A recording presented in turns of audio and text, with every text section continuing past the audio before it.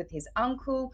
It doesn't surprise me at all. And yes, I do believe it. Harry is, and he always will be.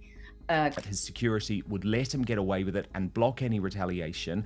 Harry's been protected his whole life. That's why he's not a nice man. How many other stories have been buried? And be successful from being mocked by South Park now, especially when they're planning more.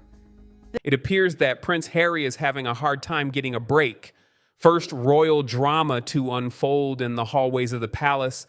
In the present moment, he's being ridiculed on late-night television and dragged through the animated battlefield of South Park. I pointed this out, actually, because it was the video in the Foo Fighters drama. Late, great Taylor Hawkins remembered the time Prince Harry assaulted him.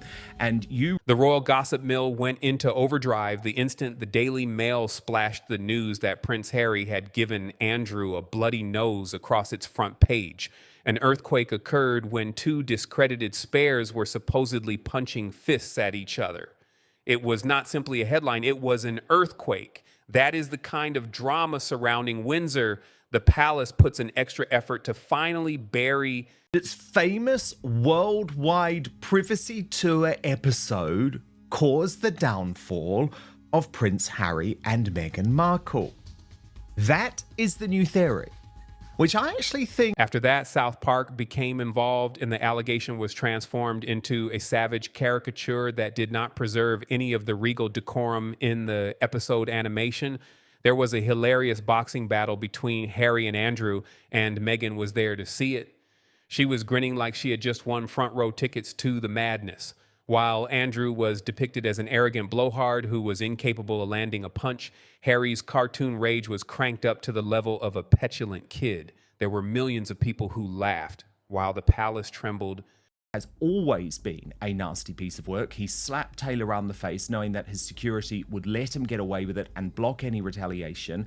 Harry's been protected his... Even though the claimed altercation took place in 2013, the resurfacing of it felt as if it had just taken place yesterday. Immediately upon seeing the headline, royal aides reportedly went into a state of panic, frantically attempting to come up with denials while simultaneously attempting to figure out how the information got out. There is more to it than simply a bloodied nose between senior royals. Was the first time that criticizing the duplicitous Duke and her awful wife was acceptable. According to Andrew Loney's bestseller, The Rise and Fall of the House of York. This wasn't some icy royal glare across the dinner table. It was a clash in its purest form, the alleged scene of 2013 family gathering where tension between Harry and Andrew boiled over. Have been buried. And look, I do remember covering this interview at the time, but watching it again in light of the revelations in a scathing statement that Andrew made about Harry behind his back is said to have been the beginning of the conflict. Harry was informed of the situation, and in keeping with his fiery reputation, he did not let it go unnoticed. According to witnesses, Harry went straight up to his uncle and told him to say it to his face during the confrontation. From that point on, voices were raised, the environment became poisonous, and before anybody could intervene, fists were flying in the industry. Now, we know that the episode came at a really... This is the shocking part. There are rumors that Harry was able to gain the upper hand. According to the allegations, Andrew, a man who was 22 years older and not exactly fragile, ended up with a bloodied nose shortly before other people separated them. Despite the fact that the quarrel only lasted a few seconds, it is sufficient to tarnish the relationship between family members for many years to come. And Meghan, he had just finished his press tour for Spare, and... Certainly this is not the kind of thing that the palace can dismiss as animated discussion. However, despite the fact that a bloody nose between two senior royals does not fit into their polished image of calm and control, the story remained buried for a decade until Louis dug it up and made it impossible to ignore. I'll get both of your reaction, But first, let's just take a watch of what Taylor Hawkins revealed. Are you hanging with Prince Harry? What is? In a short amount of time, South Park was able to transform the purported brawl into a cartoon masterpiece. According to their account, Harry charged at Andrew in a furious swing, striking strike after blow, while Meghan gazed on in awe on the sidelines. At the same time as the audience was jeering at him, Andrew's cartoon self-exaggerated his pompous gestures and his stumbling over his own feet. Given that it was a parody, there was not much room for embellishment. The rumor that was based on real life was already ridiculous enough. One time, how hard was that smack in the face? Pissed me off, actually. Why, you didn't bow to him or something? What happened? No, you didn't bow? we literally were doing something similar to this, but not similar to this. We were playing On the inside, regal. It's possible that the family's anger wasn't solely directed at the fight itself. It was about the leak that talked about how much more is out there. If one incident could resurface after a decade, what other things might be waiting to hit the headlines next? Also, And of course, while there was a jokey nature to the episode, it almost immediately started to impact Prince Harry. another reminder that Harry's history can be used as a weapon at any time was presented to him by this encounter. In Andrew's eyes, this was a confirmation that his adversaries, both inside and outside the palace, are more than glad to keep his scandals alive. In addition, it served as evidence for the remaining members of the royal family that, regardless of how hard they work to preserve the royal name, a single bloody nose may ruin years of well-managed image control. We are currently in... and we had just flown over and like literally had like 2 hours sleep, and we were doing a show in some ambassador's backyard or something. And he walked in, and Harry, and like a bunch of... Loney's description suggests that this battle did not occur out of the blue and without any prior preparation. Meghan Markle was the catalyst that set it off, and she was the catalyst. As far as his sources are concerned, Andrew did not merely harbor a skepticism over Harry's choice of marriage. According to the allegations, he dug into it with the same level of delicacy as a sledgehammer. And Meghan Markle's popularity. So just a few days after the show aired, Newsweek, which at the time was... According to the allegations, Andrew allegedly informed Harry that the marriage would only endure for 1 month, that Meghan was too old for him, and that she was an opportunist who was attempting to climb the social ladder. Not only did he accuse Harry of not conducting adequate research on her history, but he also allegedly warned him that the relationship was the worst mistake he had ever made. Also, and he goes, "How you doing?" And I'm like, "I can't wake up." So there is more to that than merely gossip in royal circles. This constitutes a declaration of war. Additionally, according to Harry, who is known for being extremely defensive about Meghan and is quick to take offense at any criticism of her, Andrew's reported comments were not just impolite, but they were also insults directed at the woman individually. He fled the royal fold in order to safeguard... Coverage of Meghan and Harry showed that the prince's popularity in America had dropped by 3%. Meghan's popularity was down by 4%. Sources close to Harry claimed that his response was instantaneous and explosive. What may have been handled with a cool and official manner amongst other royals developed into a passionate standoff between the two of them face to face. There is never a time when Andrew gives in. It would appear that his response to Harry's rage was more of the same. Within a matter of minutes, the verbal sparring reached a point of no return, and the charges state that the next step was the use of fists. and then it's like two guys are like right there, and it's like, "You wake up right now." Without a doubt, South Park had a great time with this particular perspective. In their parody scene, the cartoon Andrew was seen wagging his finger at Harry and delivering over-the-top warnings about Meghan in a pompous tone. Meanwhile, the cartoon Meghan was seen drinking champagne and waving to the imaginary cameras in a manner that was reminiscent of South Park. Immediately after this, a fight broke out, complete with exaggerated sound effects and Harry yelling in a dramatic manner, "Don't talk about my wife!" Now, P. Dina, the South Park episode that potentially brought down Harry and Meghan. I don't think this is a theory that can be dismissed. In a word, yes, it has been said that royal aides believe this particular aspect of the story to be the most harmful. This is due to the fact that it provides support for a narrative that they have been fighting for years, which is that Meghan's entrance caused a huge divide within the family. The fact that the general public is easy to think that Andrew truly said these things is telling, regardless of whether or not he actually did say them. Such a huge show that, and people know when they watch it, it's going to have that underlining. The reported warning that Andrew issued, regardless of whether it was founded on truth or pure provocation, has aged uneasily. Over the course of a month, the marriage has been going strong. However, the repercussions from this supposed confrontation continues to reverberate, particularly now that South Park has immortalized it in cartoon form for the entire world to giggle at over and over again. Things that are funny and being made fun of.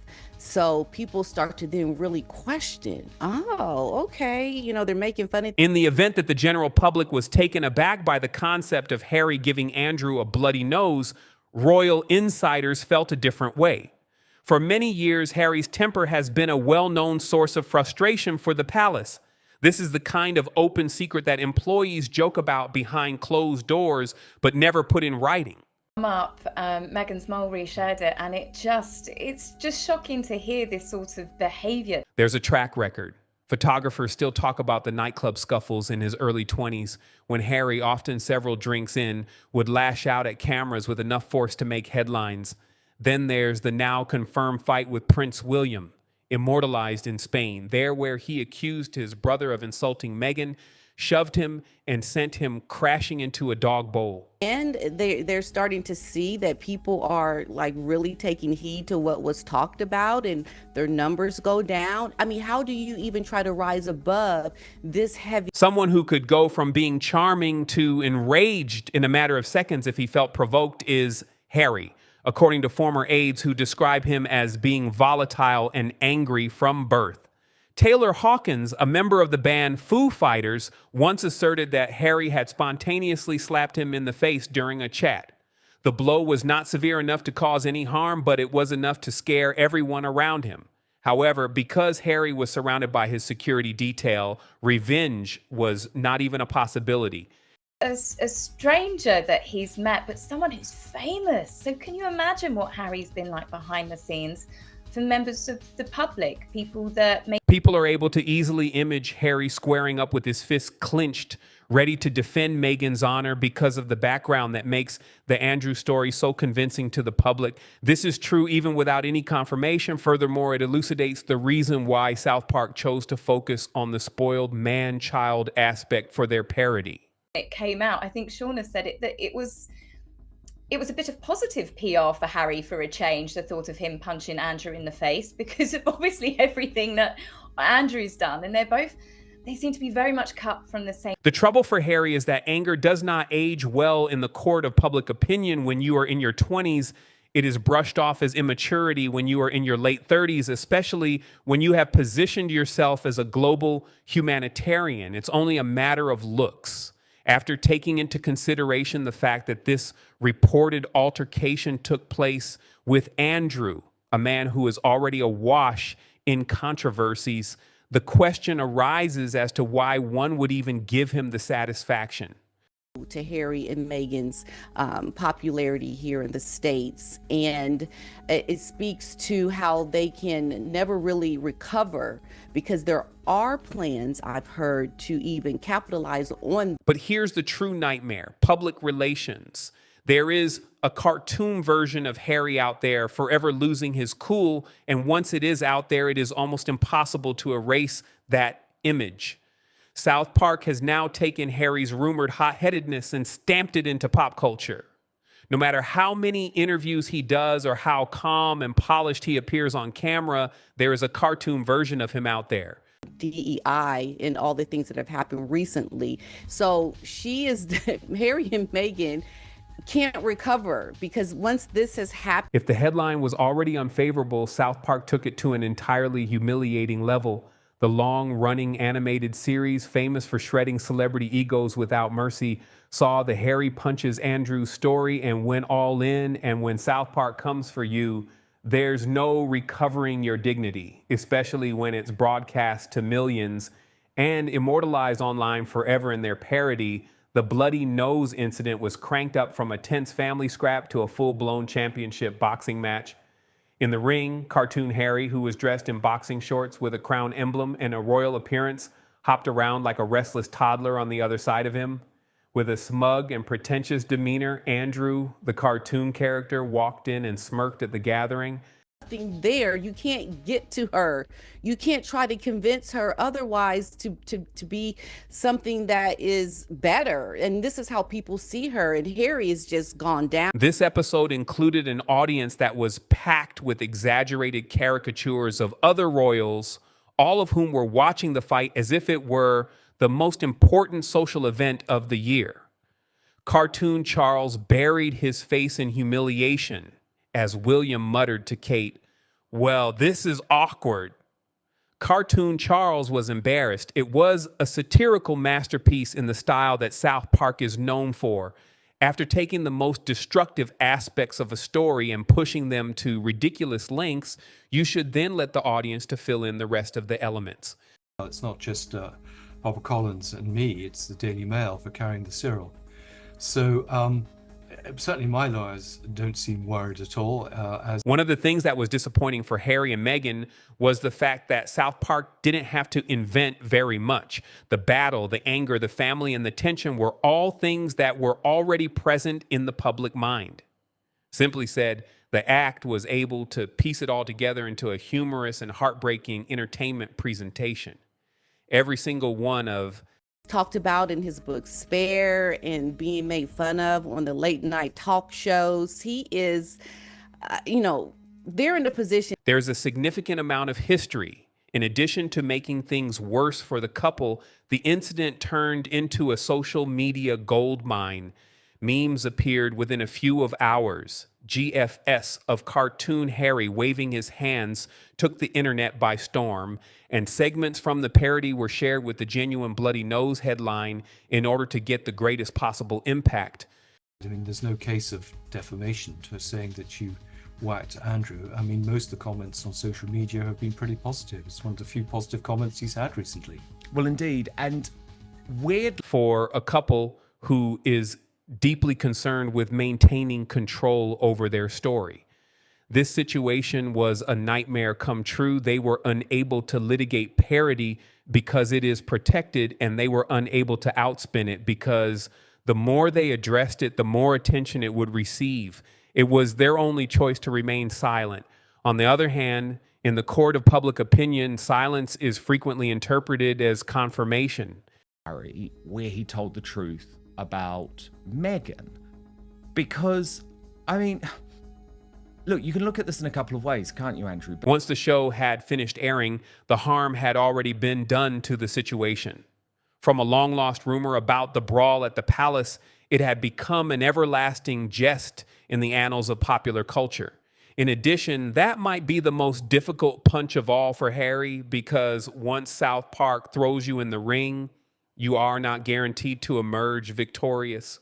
The other, it's the clearest way to see media bias in action. So here's an example of a story barely getting any traction on the right. Joe Rogan just accused the Trump administration of gaslighting its own supporters over the Epstein scandal. It's a rare moment of someone considered to be on the right openly calling out Trump's team in such blunt terms. The moment that the tale of the purported physical altercation between Prince Harry and Prince Andrew began to acquire traction among the general public, public relations in Sussex came to a roaring start. What was the first place that Harry ran to? His reliable American outlet, People magazine, was the source of this information. Businessman to whom he owed some money. Oh dear. Really? Gave him a black eye? Oh dear. In a response that was elegantly prepared, the Duke of Cambridge dismissed the report as fabrication, hinting that it was yet another false smear job from the British media and their so-called royal sources to Harry. This was not just about the fight, it was also about controlling the narrative, managing the optics and manipulating, as always, how the public perceives him and Meghan. Went to rest. And Andrew, what's your reading on William in regard? Day. But Andrew Loney, the individual who was responsible for the startling claims, was not the least bit shaken by the developments.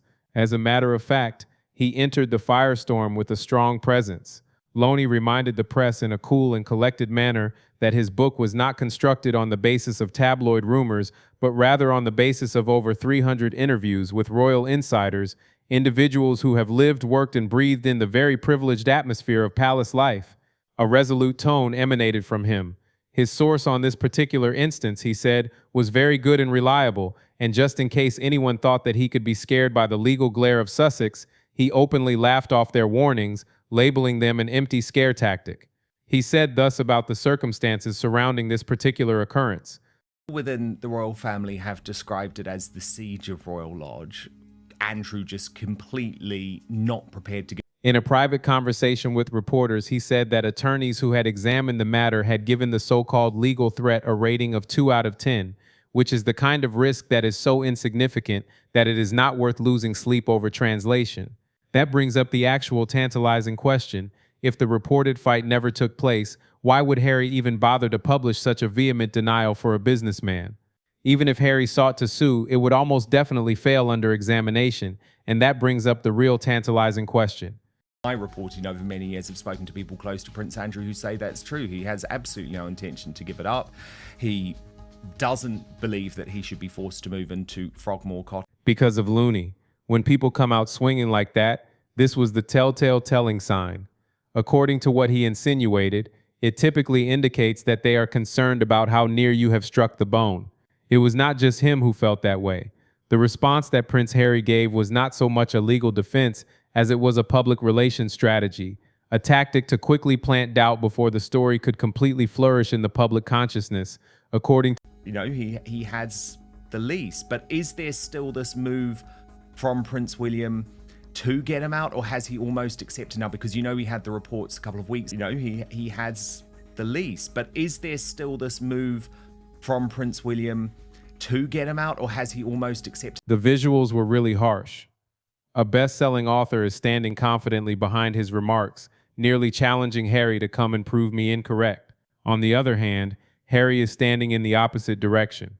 On the other hand, a prince was attempting to extinguish the flames before the smoke erupted into a raging fire. Harry's denial was merely made to appear more shaky in the court of public opinion as a result of the author's disobedience, and for a guy who is preoccupied with appearance, that was the true bruise, not whatever Andrew reportedly handed him that night. He almost accepted the fact that, okay, he probably can't get Andrew out of that property. I don't think William will move to Belvedere. Meghan may have believed that she was the only royal who Andrew had insulted, but they were wrong. Because she is in the company of a large number of people, she might wish to get a cup of tea. The sharp tongue of Andrew has also been directed squarely at Kate Middleton, the very future queen consort, according to insiders at the palace. From petty remarks about her middle-class upbringing to snarky comments on her contrived perfection, Andrew has never been one to keep his scorn bottled up for long. He's already got Anne Mahal and he's got Kensington Palace. And for someone who's championing the need to address homelessness, it's not going to look very good. I think mostly due to the fact that this is not a one-sided feud. The future king is said to refer to Andrew as a tosser in moments of frustration, a choice of words that demonstrates just how little respect he has left for the Duke of York. William, who has always been a protective husband and fiercely loyal to Kate, is said to harbor his own unfiltered opinion of his scandal-ridden uncle, and it is known that this opinion is not flattering behind closed doors. But the fact that Andrew is absolutely right, he's got a lease as long as he repairs. In addition, their long simmering hatred has shown itself in the realm of royal real estate drama. According to a number of stories, William has been quietly moving to force Andrew out of Royal Lodge, which is his enormous Windsor estate. He has been doing this by cutting off financing and tightening the purse strings provided by the palace to William. After the Epstein incident, Andrew is not simply a public relations problem. He is a relic who is a freeloader and clings to luxury without any sort of purpose. Stay there as long as he wants.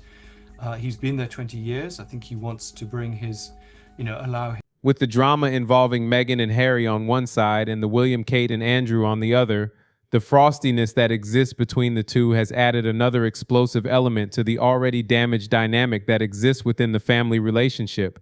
Tensions, on the other hand, Buckingham Palace is beginning to feel less like a stately residence and more like the scene of a continuous reality TV conflict. And during this royal season, it appears that no one is immune from the next public takedown. That's good. As Charles is rather vindictive. So though the optics don't look good, Royal Lodge is about the last bit of status that Andrew still has, and status is everything to Andrew. So it's not a fight worth having, in my view. In the eyes of Prince Andrew, the Royal Lodge is not merely a vast home hidden away in Windsor Great Park. Rather, it represents the final stronghold of his diminishing royal significance, a physical manifestation of Andrew's determination to sink into the background in a quiet manner.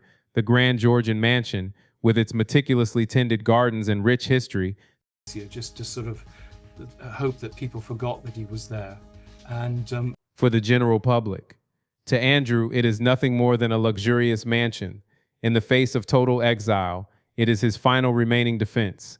Even after the controversies that forced him into semi-retirement from public activities, he is clinging to it with the same obstinate grasp that he has used over the years to maintain his HRH status in private circles. It's fascinating, though, what you say, because of course, and this is obviously very sensitive, but of course, concealed within the walls of the palace, it is alleged that King Charles and Prince William are circling the property like hawks, sometimes in a peaceful manner and other times in a less than peaceful manner. According to reports, they view Andrew's continuing stay there as a public relations liability and a reminder of a chapter that the monarchy wishes to go out of history with. Health predicament, and the fact that, according to Lady Colin Campbell, his cancer is incurable, although of course he hopes to live for many more years. There would be plans. Andrew supposedly brags about the fact that he has a lease on Royal Lodge that is for 75 years when he is confronted about it. There have even been allegations that he is plotting to give it to his daughters, Princess Beatrice and Princess Eugenie, as if he wants to make sure that the lodge continues to be a stronghold for the Andrew family for many years to come. Harry left him with a bloody nose. Now, this was an extraordinary encounter in 2013. But what was probably most fascinating... It is difficult to see things from William's perspective. It is possible that he is playing a role in the process of evicting his uncle from a castle that has 30 rooms, despite the fact that he is a vocal advocate for addressing homelessness. Thank you, to my mind, it's odd-looking Michael Jackson wannabe Omid Scobie when he decided to reveal to the world that King Charles and... However, according to reports, William is resentful of Andrew's continued advantages, including the expansive gardens, the round-the-clock security, and the appearance of entitlement, particularly in light of the fact that other royals have been forced to downgrade their homes. Came to these allegations, he did release a statement to his favorite US tabloid People. Prince Harry denies physical fight. The conflict at Royal Lodge has evolved into much more than just a disagreement about land. At this moment, it is every time Andrew refuses to budge, the standoff becomes more personal, more caustic, and more difficult to ignore the why. It is a simmering metaphor of unresolved family grievances and the deep flaws in the core of the Windsor family. For the Duke of Sussex, telling the magazine, I can confirm neither of those things are true. Prince Harry and Prince Andrew have never had a physical fight, nor did Prince Andrew. If there is one royal relationship that defies sense, it is the peculiar entanglement that has transpired between Prince Andrew and Sarah Ferguson over the course of several decades. From a legal standpoint, they have been divorced since 1996, but in reality, they have never really managed to separate their lives. Not only do they continue to reside in the same house at Royal Lodge, but according to reports, they present a unified front whenever Andrew's reputation suffers another tumble. But Andrew Lowney says not too fast. He isn't at all worried about this new legal threat. And when viewed from the outside, the layout causes eyebrows to be raised. Fergie, who was previously rejected by the royal family as a result of her own scandals, has accomplished the remarkable feat of retaining her title as Duchess of Cambridge and preserving her position within royal society. Allegations in the book itself, which is available now. In January 20... Living under the same roof as Andrew guarantees that she will always be a part of his inner circle. In exchange, she provides him with unwavering and unwavering allegiance, even when his scandals become poisonous. According to his friends, she has been the only person who has never wavered in her support of him, standing by him through everything from his awful interview on Newsnight to the aftermath from Epstein. The royal family held a summit about Andrew, at which it was agreed there was no way back for him because of the reputational damage he was causing the monarchy and his, quote, ungracious and ungrateful attitude. Andrew's relationship with his nephews was also... Consider things from a new angle, a connection that is beneficial to both parties. Their relationship is less about romance and more about protection, which serves as a reminder that in the monarchy, alliances are frequently personal and political in equal measure. Fergie enjoys the prestige of her title and the proximity to the royal world, while Andrew takes pleasure in her unwavering public defense and the comfort of someone who will never turn against him in the strategic chess game of royal survival. A brief gathering in 2013, Harry and Andrew had got into a heated argument and punches were thrown over something Andrew said behind. The allegations that Meghan Markle bullied members of the palace staff made headlines. There was a great deal of caution with which the palace dealt with the story. How come? As a result of the fact that digging too far posed the possibility of uncovering a very wide and very messy bag of worms on Prince Andrew's extensive list of bullying behaviors. To both men, Harry told him he was a coward not to say it to his face. Harry got the better of Andrew by all accounts, leaving him with a bloody nose before the fight was broken up. There are those who know that Andrew's fury is notorious. Former employees have provided accounts that portray a picture of a guy who yelled at courtiers over tiny mistakes, publicly humiliated them in front of others, and set demands that were difficult to fulfill with no patience whatsoever. His marriage to Meghan Markle would not last more than a month and accused his nephew of going bonkers and not doing... If the palace looked to be tolerant toward the Queen's favorite son, who supposedly had decades of similar behavior, it might unleash a storm of hypocrisy charges and reignite old staff frustrations. Senior aides were afraid that if they were to take a harsh stance against Meghan, it would unavoidably generate comparisons. As a result, they kept Meghan's situation as low profile as possible, and Andrew's background, at least officially, remained buried. However, among those who keep an eye on the royal family and former staff members, the stories are well known, whispered about, and never completely forgotten. True. According to the same source, the Duke's relationship with William is not much better. There have been tensions between the two men for years, partly occasioned by Andrew being rude about Kate. It is possible to trace practically every recent Windsor scandal back to one lady, Meghan Markle. From the time she entered the royal family, she was more than just a new duchess. She was a spark in a room full of gunpowder that had been around for centuries. The British public almost immediately divided into two camps: those who regarded her as a revitalizing and independent force, and those who regarded her as a Hollywood opportunist from the very beginning of her career. To Andy as a, what was this word again? It starred out in the Daily Mail. Tosser! Daily Mail says you can't say. The situation was considerably more chaotic inside the palace. There were senior members of the royal family who were cautiously friendly in public, but secretly they whispered their skepticism about her ambition and the rapidity of her romantic relationships with Harry. His brother Harry uses. Harry has been referred to Andy as a poofter, an asshole, and a twit. William has long worked behind the scenes to evict his uncle from Royal Lodge. The prince's longtime friends were shocked to discover that they had been frozen out, dare to question her about it. There are others who believe that Meghan's demands for autonomy and control over the media shook the very foundations of the organization. The approach that Meghan and Harry took, which was nothing short of heresy to him, was nothing short of a blasphemy to him. In a family where never complaining and never explaining is literally etched on their DNA, he detested it. Abusing the property and his privilege there.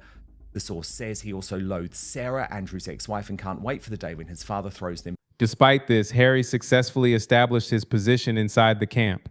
Meghan, he made it abundantly apparent that she was his hill to die on, regardless of the consequences, whether it meant alienating his brother, facing his uncle, or completely withdrawing from royal duties.